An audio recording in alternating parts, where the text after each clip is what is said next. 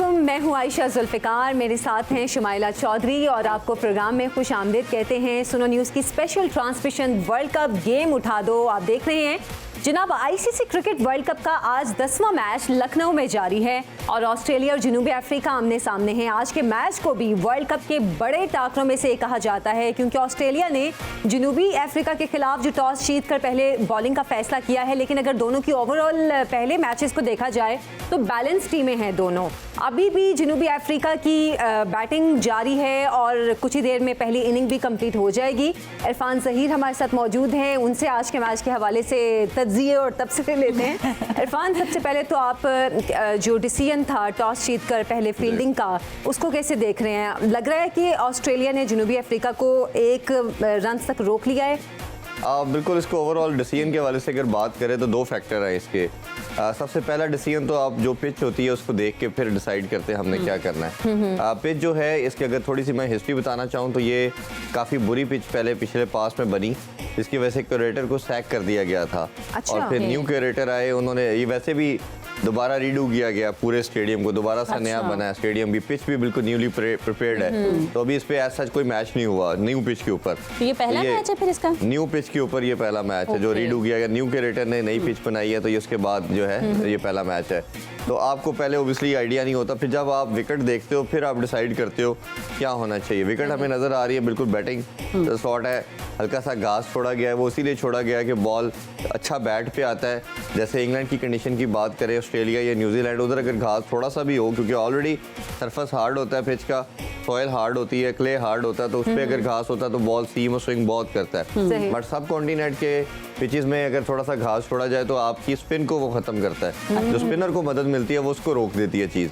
तो इसलिए मकसद यही था कि अच्छी बैटिंग विकेट मिले और दोनों टीमों को अच्छी अपॉर्चुनिटी मिले। दूसरा, ऑस्ट्रेलियन के माइंड में कहीं ना कहीं था लास्ट टाइम इंडिया के अगेंस्ट उन्होंने जो डिसीजन लिया था, पहले खुद उन्होंने बैटिंग का जो फैसला किया, हमने देखा कि वो बिल्कुल उनके अगेंस्ट किया, 199 रन स्कोर किया जो कि इजीली चेस कर लिए। और अभी जो टेंडेंसी चल रही है 80% हम यही देख रहे हैं कि चेस करने वाली साइड जो है वो ज़्यादा सक्सेसफुल हो रही है। और उस सारी चीज़ों को कंसिडरेशन में रखते हुए ऑस्ट्रेलिया ने अपने आप को बैक किया। और तीसरी चीज़ ये है कि आप वो चीज़ हमेशा क्रिकेट में सेकंड टाइम पे करते हो जो आपकी स्ट्रेंथ होती है। अगर किसी टीम की बॉलिंग स्ट्रेंथ है तो वो पहले बैटिंग करती है, किसी की बैटिंग स्ट्रेंथ है तो वो चेस करती है। तो ऑस्ट्रेलिया की स्ट्रेंथ भी जो है वो बैटिंग है, बॉलिंग उस तरह नहीं है। तो ये सारे फैक्टर को कंसिडरेशन में रखते हुए उन्होंने बड़ी मुश्किल से छठा आउट भी हुआ है और हमने देखा कि इससे पहले 2 कैच ड्रॉप भी हुए थे। ये फाइनली तीसरा कैच है जो कि पकड़ा गया, हो गया है कैच, मिला के पकड़ा। लग रहा है वो एक चीज शो हो रही है कि ऑस्ट्रेलिया की बॉलिंग उतना स्ट्रांग नहीं है।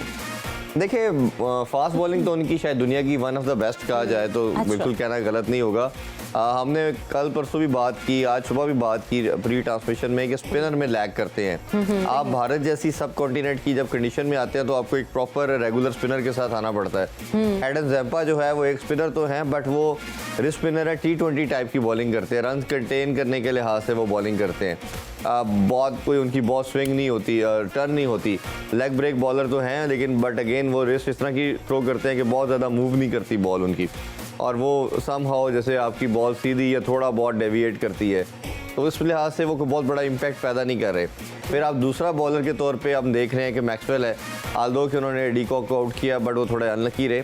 तो जब आपके पास रेगुलर स्पिनर नहीं होते, जैसे हमने बात की अक्सर पटेल इनके पास अच्छी ऑप्शन थी, फिर इसी अक्सर थे, और दूसरा उनके साथ अगर बात करें तो नेथन लाइन जो कि टेस्ट कंटिन्यूसली खेलते हैं और 400 विकेट वो ले चुके हैं। तो ये अगर 2 ऑप्शन को मेरा ख्याल है ऑस्ट्रेलिया कहीं ना कहीं मिस कर गया। लेकिन अपने 15 के स्क्वाड में से मैं सुन रही थी बहुत सारी एक्सपेक्टेशंस थी कि वो आज के इस मैच में हो सकता है कि एक जो कहते हैं ना मैच विनर वो एक खिलाड़ी बन जाएं। उनकी परफॉर्मेंस के हवाले से काफ़ी लोग जो थे आज कॉन्फिडेंट थे कि ज़ैम्पा अगर आज चल गए तो ज़बरदस्त होगा। देखिए, इस पिच पे तो पहले ही हमें नज़र आ रहा था कि उनकी बॉल जिस तरह मैंने कहा टर्न नहीं करती है ऐसा, और इस विकेट पे तो वैसे ही उन्होंने जब घास छोड़ दिया था तो ये चांसेस स्पिनर की परफॉर्मेंस वैसे ही थोड़ी लोअर साइड पे रहनी थी। अगर उन्होंने परफॉर्म करना था जो पहला मैच चेन्नई में खेला गया था ऑस्ट्रेलिया का इंग्लैंड के अगेंस्ट, उसमें उन्होंने कोई बड़ा मिरेकल सॉर्ट ऑफ परफॉर्मेंस दिखा के जिताना था अपनी टीम को। उधर भी हमने देखा कि कुछ उनकी तरफ से बॉलिंग में कोई ऐसा नज़र नहीं आया। जैसे इंडियन बॉलर की बॉल बहुत ग्रिप करती थी, कुलदीप की बात करें, जडेजा की बात करें, अश्विन की बात करें, तो एक्स्ट्राऑर्डिनरी स्पिन मिल रही थी। ये बताता है कि आपकी क्वालिटी स्पिन क्या है, जो एक प्रॉपर रेगुलर स्पिनर होते हैं। तो जंपा ने उधर भी कोई ऐसी बॉलिंग नहीं की, और वही चीज़ हमें इधर भी नजर आई कि इधर भी उनको ऐसा स्पिन नहीं मिली, और जब उनके अगेंस्ट रन करने भी थे उन्होंने तो बड़ी हिटिंग की और उन्होंने अच्छा खासा रन ऑन बोर्ड लगाए। अच्छा, तो ये मेरा ख्याल है उसमें सारा प्रॉब्लम है। स्पिनर्स के बगैर तो आपकी टीम मुकम्मल नहीं होती, तो ये पार्ट ऑफ प्लानिंग नहीं होना चाहिए था बिफोर वर्ल्ड कप के हमारे पास स्पिनर्स नहीं है। और पिचेस के मामले में तो ये है कि भारत की बहुत सारे ग्राउंड्स ऐसे हैं कि उनकी पिचेस को देखते हुए स्पिनर्स का आना ज़रूरी है। यही बात से मैं कर रहा हूँ कि आपकी जो वर्ल्ड कप की प्रिपरेशन होती है वो ऑलमोस्ट कम से कम 6 मंथ साल पहले स्टार्ट हो जाती है। आप अपने 15-20 लोगों को आई कर लेते हो, स्क्वाड को बना लेते हो, फिर उनके साथ बैंक करते हो, फिर जिनकी 15 की बेस्ट फॉर्म होती है उनको फिर आप उतारते हो। और जो कंसिडरेशन में रखते हुए कि ये स्पिनिंग ट्रैक है, विकेट्स वैसे ही भारत के अंदर पूरी दुनिया से ज़्यादा बॉल स्पिन करती है और स्पिनर का एक बड़ा वाइटल रोल है वैसे ही ओडीआई के अंदर, तो आपको उनके साथ आना चाहिए था। फिर ये भी एक क्वेश्चन मार्क आता है कि जिस तरह किसी कंट्री के पास पेस बैटरी नहीं है तो हम कहते हैं उसके पास पेस बॉलर नहीं है, तो इतना बड़ा सेटअप है ऑस्ट्रेलिया का, दुनिया की one of the best side कहा जाता है हिस्ट्री की सबसे, तो अब उनके पास स्पिनर क्यों नहीं नए आ रहे? अगर चलें ये 2 प्लेयर जो मैंने नाम लिए ये नहीं रखने थे तो कोई एटलीस्ट डोमेस्टिक में आपके पास ऐसा लड़का जरूर होना चाहिए था जिस पे आप लड़ाई करते और लेके चलते। अगर आप बैटिंग और 312 का टारगेट दिया है, ये मेरा ख्याल है कम से कम साउथ अफ्रीकन सोच रहे होंगे कि हमने 40-50 रन शॉट बनाए हैं। जो मोमेंटम मिला हुआ था जब 2 आउट थे, जब इनके मार्करम और डीकॉक खेल रहे थे तो बड़ा इजीली लग रहा था कि ये 350 प्लस करेंगे। फिर जब क्लासन भी आया तो उनकी भी एक अच्छी पार्टनरशिप मार्करम के साथ लगी, तब भी लग रहा था कि 350 तो it is written on the wall.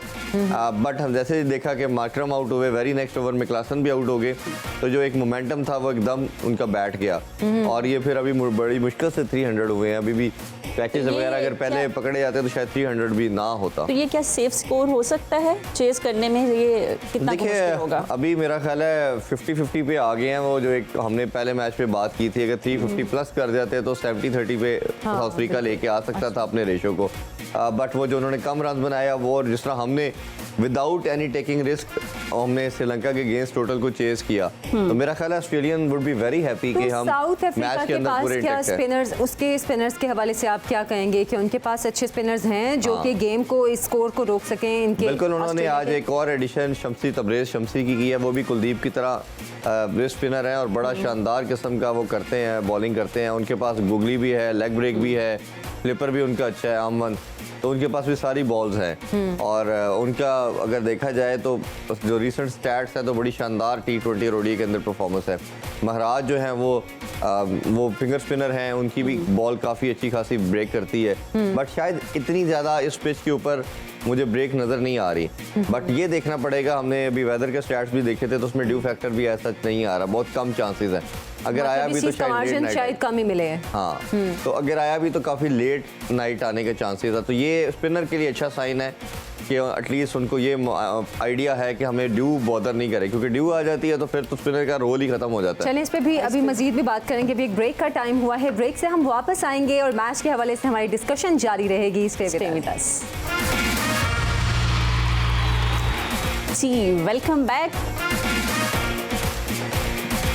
Ji welcome back. तो हमें ब्रेक में इजहार बाजवा भी ज्वाइन कर चुके हैं। वेलकम इजहार, अस्सलाम वालेकुम, कैसे हैं आप? ठीक ठाक, आप कैसे? अच्छा, बिल्कुल ठीक ठाक, थैंक यू। अभी पहली इनिंग कंप्लीट हुई है और 312 का जो है वो टारगेट दिया, तो इस टोटल को आप सेफ समझते हैं? देखिए, जिस तरह का मोमेंटम साउथ अफ्रीका ने शुरू में शो किया था, सिर्फ 2-3 विकेट्स पे उनके 150-200 स्कोर हो गया था, प्लेटफॉर्म बहुत अच्छा था, तो हम एंटिसिपेट कर रहे थे कि साउथ अफ्रीका इसको स्ट्रेच कर देगा 350 तक। और पिच भी ये जो लखनऊ की हिस्ट्री है, हिस्टोरिकली तो ये बहुत ही बॉलिंग पिच रही है, जो बॉलर फ्रेंडली पिच रही है, और इवन क्यूरेटर को भी एक दफ़ा फारिग कर दिया था क्योंकि एक T20 हुआ था न्यूजीलैंड और इंडिया के दरमियान, जिसके बाद बहुत ही लो स्कोरिंग T20 था। लेकिन जो आज की पिच है वो उससे बेहतर पिच लग रही है। इट हैज़ बीन रीलेड और इसमें थोड़ी बहुत ग्रास है, अदरवाइज ये इतनी कोई बहुत ज़्यादा बॉलिंग पिच नहीं लग रही, लेकिन इतनी प्योर बैटिंग पैराडाइज भी नहीं मुझे लग रहा। इस पे हम बात कर चुके हैं कि इस पे इस नई पिच बनाई है और इस पे ये पहला मैच है, जिसमें पहला मैच है और ये बहुत ज़्यादा कोई बैटिंग पैराडाइज में नहीं लग रहा है। इस तरह की पिच लग रही है जिसमें आपको रन्स करने के लिए भी मेहनत करनी पड़ेगी। It's not the sort of pitch where you can blow the other teams apart. Given the context के स्कोर जो है 300, ये बड़ा टाइट किस्म का स्कोर है और बड़ा ही कंफ्यूजिंग किस्म का स्कोर है, कंसिडरिंग द फैक्ट कि एज अ चेजिंग टीम आप प्योर ये भी आपने नहीं कि ऑल आउट आके अटैकिंग क्रिकेट खेलनी है, और इस तरह का भी स्कोर नहीं है कि जिसमें आप बहुत ज़्यादा टाइम लेके अपने आप को पिच पे सेट इन करो और फिर ऐसा ऐसा रन रेट 7-8 पे क्रीप इन कर जाए। तो ये बड़ा इंटरेस्टिंग होगा चीज़, और हो सकता है शायद इस वर्ल्ड कप का सबसे टाइट मैच हो। अच्छा। अभी तक जितने भी वर्ल्ड कप के मैचेस हुए हैं वो मोर और लेस वन साइडेड गुजरे हैं, लेकिन जो ये वाला मैच है मुझे लगता है बड़ा टाइट होगा, क्लोज होगा, शायद आखिरी 2-3 ओवरों में ही डिसाइड होगा कि कौन सी टीम जीतेगी। और रिगार्डिंग द चेस के कैसे साउथ अफ्रीका चेस करते हैं, इसमें 2-3 चीज़ बड़ी इंपॉर्टेंट है। एक तो ऑस्ट्रेलिया चेस करते हैं, 2-3 चीज़ बड़ी इंपॉर्टेंट है। एक तो न्यू बॉल में कगिसो रबाडा और लुई एंगीडी जो है टफ बॉलर्स हैं, उनको कैसे आपके ऑस्ट्रेलियन बैट्समैन खेलते हैं। Mitch Marsh out of form है, वार्नर की भी बड़ी टेंटेटिव किस्म की लास्ट मैच में इनिंग्स थी, स्मिथ भी, लबुशेन भी इंडिया के खिलाफ जो ऑस्ट्रेलिया का टॉप ऑर्डर था वो इतना अच्छा परफॉर्म नहीं करा। मोमेंटम के हिसाब से भी देखें तो ऑस्ट्रेलिया साउथ अफ्रीका से 3-2 हारा है। इंपॉर्टेंट चीज़ ये है कि एक तो जो ऑस्ट्रेलियन टॉप ऑर्डर है वो कैसे how would they fair against south African new ball. उसके अलावा स्पिनर्स का बड़ा इंपॉर्टेंट रोल है। इनको कोटजे की जगह ये लेके आए हैं तबरेज शमसी को, और केशव महाराज तो है ही हैं उनके slow left arm Orthodox spinner, और ये ऑस्ट्रेलियन बैट्समैन मिडिल ऑर्डर इनके स्पिनर्स को कैसे टैकल करते हैं ये बड़ा क्रूशल होगा। और ये भी बड़ा इंपॉर्टेंट है कि स्पिनर्स को उतनी टर्न या बाइट मिलती है सर्विस पे या नहीं।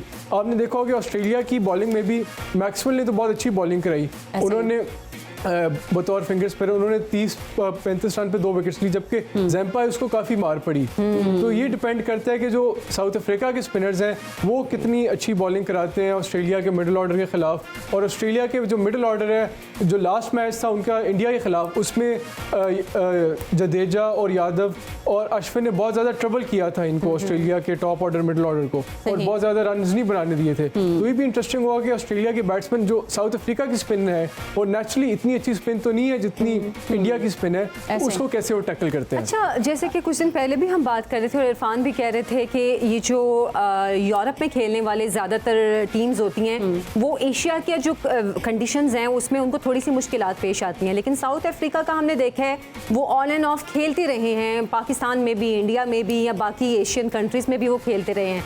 तो ऐसा हो सकता है कि साउथ अफ्रीका के लिए बैटिंग करना, अब बाद में चेस करना ऑस्ट्रेलिया के लिए चेस करना मुश्किल कर दें वो। देखिए, इसमें जो आप बात करी हैं कि कुछ चीज़ों का क्रिकेट या कोई भी स्पोर्ट किसी वैक्यूम में नहीं हो रही होती, उसके ऊपर आपके कल्चर का, आपके क्लाइमेट का, वेदर का बड़ा असर होता है। जो सब कॉन्टिनेंट का क्लाइमेट वेदर है थोड़ा गर्म है और ह्यूमिड है, और उस हिसाब से हमारे ग्राउंड और पिचेस और कंडीशन भी इस तरह के होते हैं। और कुछ आपका इसमें जेनेटिक चीज़ें भी होती हैं जो कुछ चीज़ों को फेवर देती हैं। इस तरह आपने देखा होगा कि पाकिस्तान में एक बड़ा इंटरेस्टिंग फैसेट है कि फास्ट बॉलर्स हमने बहुत ज़्यादा प्रोड्यूस किया।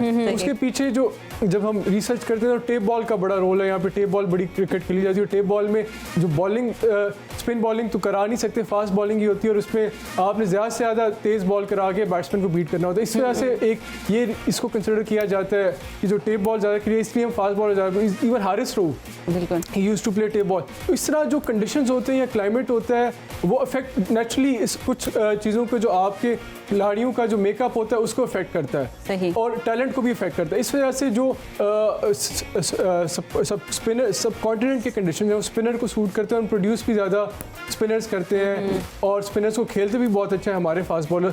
जबकि जो है इंग्लैंड के कंडीशन है या साउथ अफ्रीका के कंडीशन है या ऑस्ट्रेलिया के कंडीशन है, वहाँ पे पिचेस बाउंसी होती हैं, स्विंग भी होती है, सीम भी होती है, और इस वजह से वहाँ के बैट्समैन जो होते हैं वो इस तरह की कंडीशंस पे ज़्यादा बेहतर खेलते हैं। और वहाँ के फास्ट बॉलर्स भी अच्छा है, जो वहाँ के फास्ट बॉलर्स हैं वो ज़्यादा बेहतर होते हैं। पाकिस्तान तो एक्सेप्शन है, लेकिन इंडिया और श्रीलंका से हिस्टोरिकली स्पीकिंग तो इंग्लैंड, साउथ अफ्रीका और ऑस्ट्रेलिया के फास्ट बॉलर्स बेहतर है। तो ये कुछ रोल प्ले करता है। लेकिन आहिस्ता आहिस्ता तो कहने जो मेरा इन शॉर्ट जो आपका जो कुछ नेचुरल एडवांटेज या टैलेंट जो चीज़ें होती हैं जो कुछ कंट्री को इंक्लिनेशन ले जाती हैं कि वो स्पिनर ज़्यादा प्रोड्यूस करते हैं या फास्ट बॉलर ज़्यादा प्रोड्यूस करते हैं या बैटर्स अच्छे प्रोड्यूस करते हैं। लेकिन over the years franchise cricket ने बहुत इवॉल्व किया है।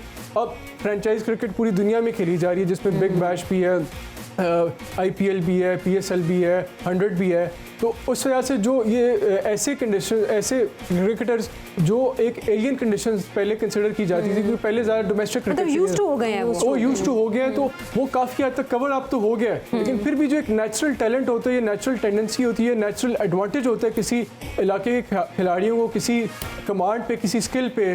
जिस तरह आप कह दें कि स्पिन हम बेहतर करते हैं या इंडिया के स्पिनर्स अच्छे हैं, वो जो विद प्रैक्टिस उसको आप ओवरकम तो कर सकते हो, लेकिन बिल्कुल ही आप उसको सुपरसीड नहीं कर सकते। तो वो कहीं ना कहीं फैक्टर डू प्ले करता है। अच्छा, मैं ऐड करना चाहूँगा, असल में जैसा इजहार ने कहा कि असल चीज़ ये है कि पहले आपकी सिर्फ बायलैटरल सीरीज़ होती थी।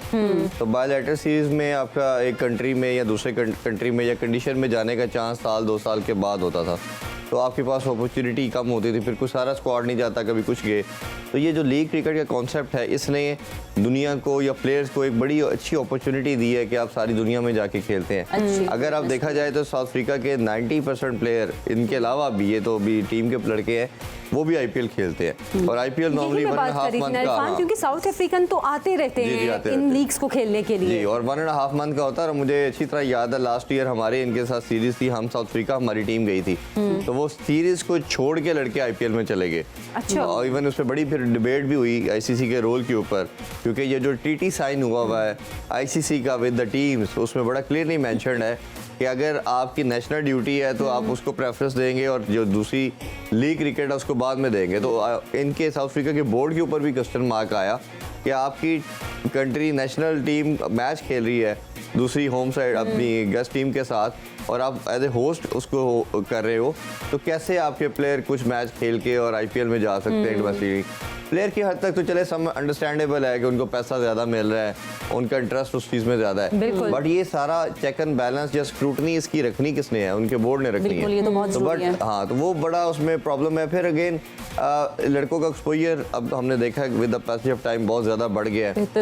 अब इन कंडीशन का उनको बहुत ज़्यादा आइडिया है कि जल्दी कर लेते हैं अपने आप को, कस्टमाइज जल्दी हो जाते हैं। तो इनके साथ अब इस तरह की प्रॉब्लम नहीं है जो पास में है। मुझे अच्छी तरह याद है कि साउथ अफ्रीका जब बिल्कुल नई आई थी टीम 92 के वर्ल्ड कप के बाद, जब इन्होंने दुनिया की में दोबारा अपनी प्रेजेंस शो की, तो कम से कम 10 साल ये लेग ब्रेक बॉलर को नहीं खेल पाए। अच्छा। और मुझे अच्छी तरह याद है कि ये जब पाकिस्तान आए थे 98 या 99 में, तो इमरान ताहिर को, जो भी इनकी टीम के साथ खेले भी हैं, उनको इन्होंने पाकिस्तानी बोर्ड से रिक्वेस्ट की कि आपके पास जितने भी लेग स्पिनर हैं तो आप हमें दें, हमने इस पर प्रैक्टिस करनी है। क्योंकि उस टाइम हमारे पास मुश्ताक अहमद थे, फिर सिकलार मुश्ताक थे, तो इन्होंने सीरीज खेल ली थी।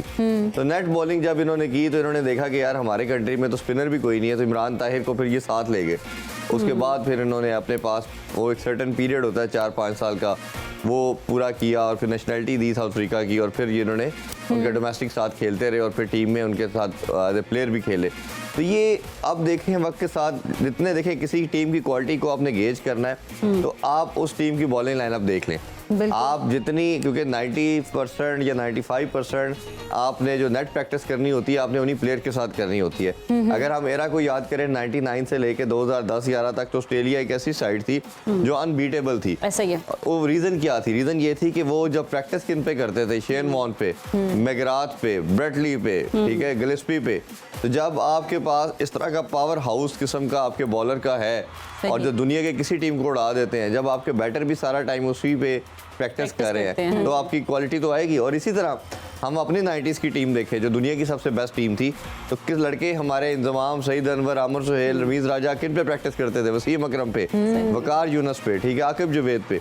तो जब आपको जितना टाइम मिलेगा, क्वालिटी स्पिनर की बात करें, जिस तरह भारतीय क्यों स्पिनर को अच्छा खेलते हैं, लोग अक्सर कहते हैं एक तो ये कि आप जब अपने डोमेस्टिक खेल रहे होते हो तो आपके डोमेस्टिक के अंदर वॉल्व देखना पड़ता है सर्कल में क्या है। अब 32 टीमें हैं भारत के अंदर डोमेस्टिक की, तो आपकी हर टीम में 2-2, 3-3 मस्ट खेल रहे होंगे, क्योंकि कंडीशन ही स्पिनर के लिए है। तो उसने, बॉलर ने अपनी प्रेजेंस शो करने के लिए अपने आप को प्रूव कर रहा है, तो प्रूफ वो स्पिनिंग अच्छी करके करेगा। तो ये लड़का जब टीम में नहीं आया तो डोमेस्टिक जब खेल रहा है तो उन्हीं स्पिनर को खेलता आ रहा है। अच्छा, जब वो टीम में आ गया तो किन पे प्रैक्टिस कर रहा है? कुलदीप पे कर रहा है, अश्विन पे कर रहा है, जडेजा पे कर रहा है। तो उसकी प्रैक्टिस भी एक क्वालिटी स्पिन अटैक के अगेंस्ट होती है। तो जब वो फिर अगेन जब मैच में आता है तो उसको फर्क नहीं पड़ता।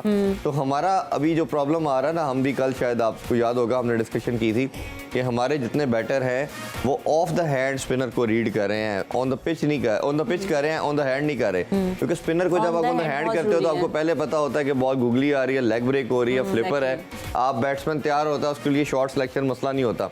पिच से रीड करते हो तो आपको नैनो सेकंड का टाइम होता है, तो नैनो सेकंड के अंदर आपके लिए एडजस्ट करना बहुत मुश्किल हो जाता है। तो क्यों हमारे पास, क्योंकि क्वालिटी स्पिनर नहीं आ रहे, जो स्पिनर हैं उनकी अपनी परफॉर्मेंस आप सबके सामने है कि वो डिक्लाइन की तरफ है।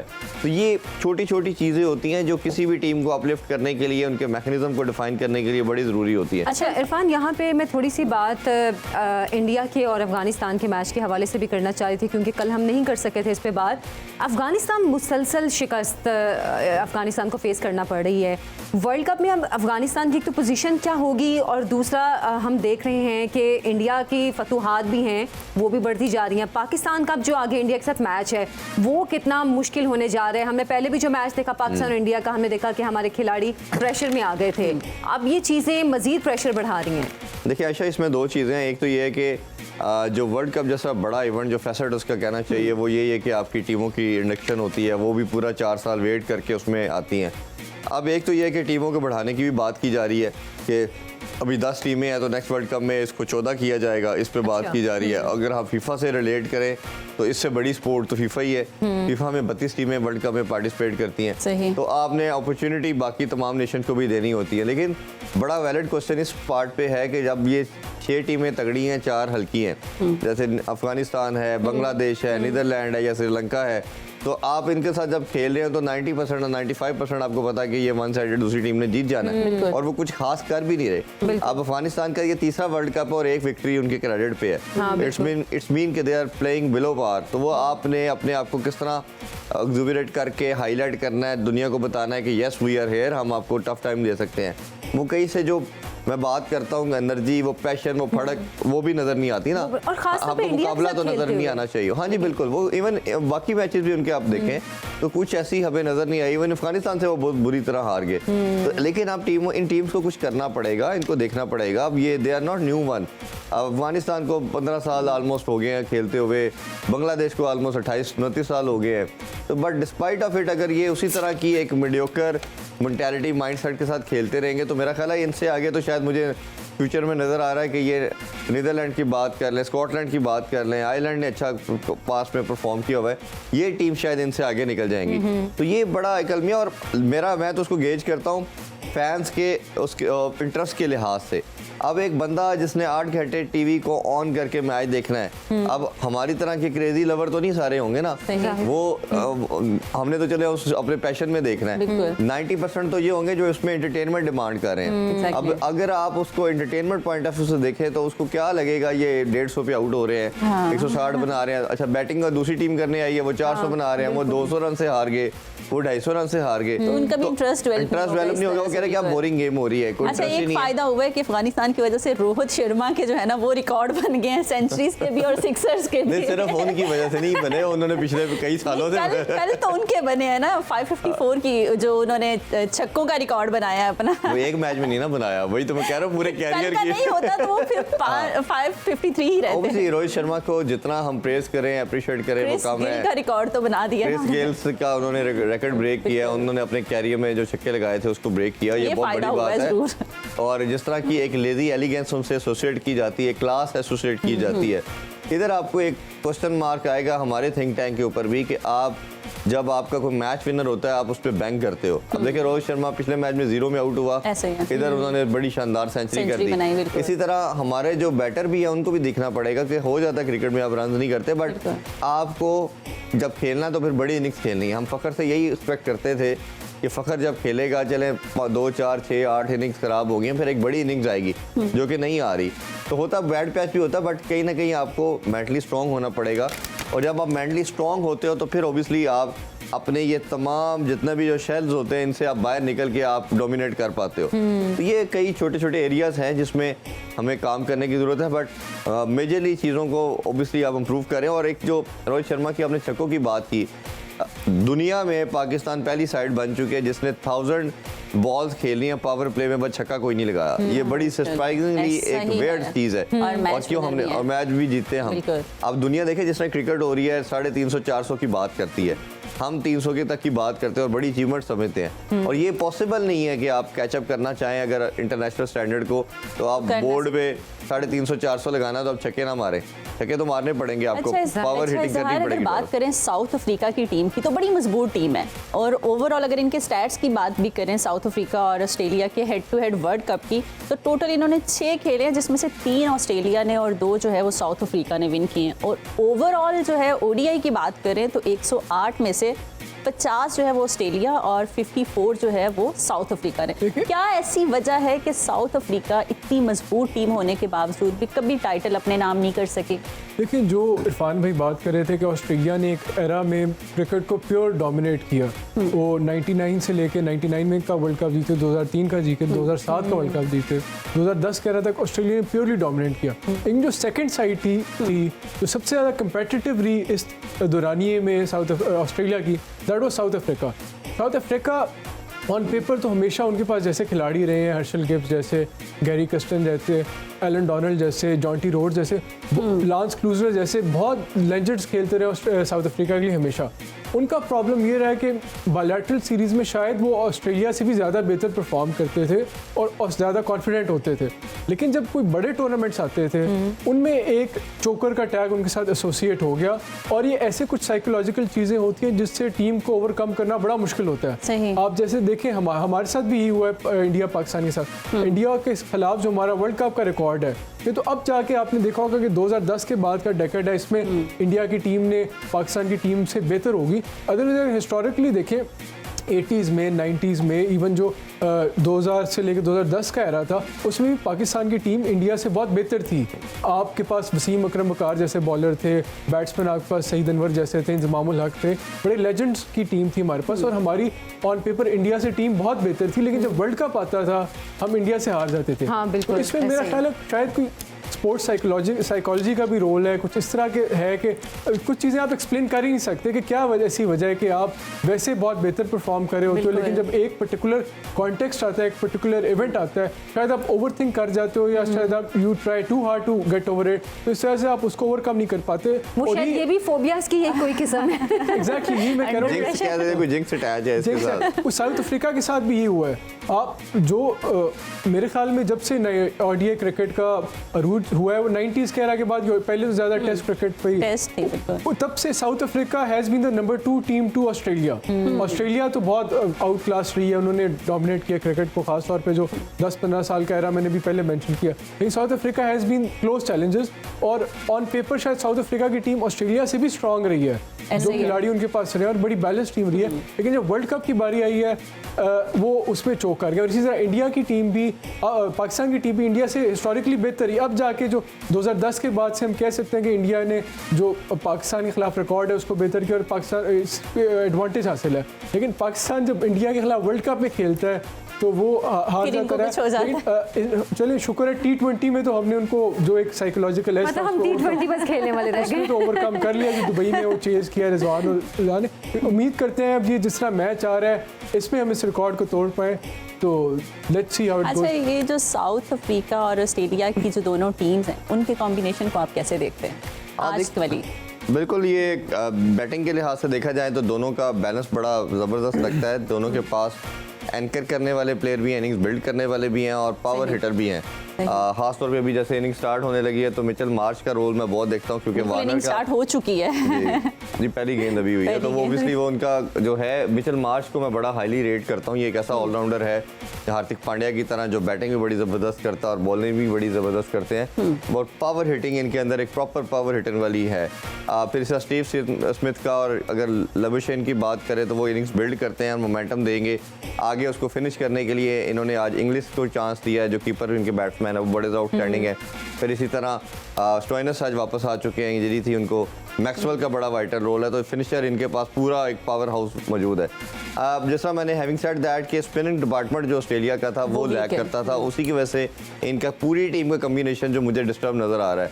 अगर ये किसी तरह एक आधा स्पिनर साथ कैरी कर लेते तो ये मेरा ख्याल आप देखें ना, अब इनके पास जो 15 का स्क्वाड है उसमें इन्होंने कम से कम 10 बैट्समैन डाल दिए। अभी ट्रेविस हेड इनके डगआउट में बैठा हुआ है, जो शायद इस टीम में कई प्लेयरों से बेहतर बैट्समैन और बड़ा कंसिस्टेंट रन करने वाला बैटर है, तो उसको भी अपॉर्चुनिटी नहीं मिली। तो आपको ये चाहिए था कि एक आधा बैटर आप कम लेके आते इंडिया, बट एक स्पिनर को साथ कैरी करते, जो इनको आगे मैचेस में या पहले मैच में भी हम ही देखा, दोनों मैचेस में तो ऑलरेडी देख चुके हैं कि स्ट्रगल कर रही है ऑस्ट्रेलिया। तो ये इस लिहाज से, और दूसरी तरफ साउथ अफ्रीका की बात करें तो बैटिंग की हमने बहुत बात कर ली। उनके पावर नंबर 3 भी ज़बरदस्त बैटर हैं, पावर हिटिंग के लिहाज से मिडल ऑर्डर में सबसे तेज़ खेलने वाले दुनिया के बैट्समैन उनके हैं।